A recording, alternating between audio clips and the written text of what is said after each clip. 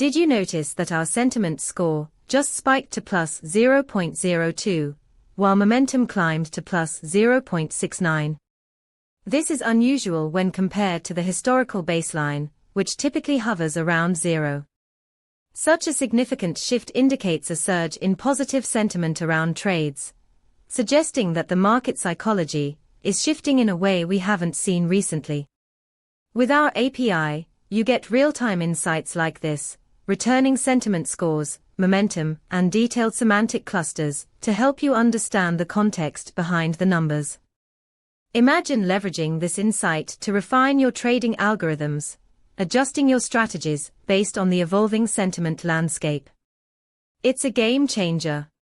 For more details, check out pulsebit.loj enterprise.com/docs.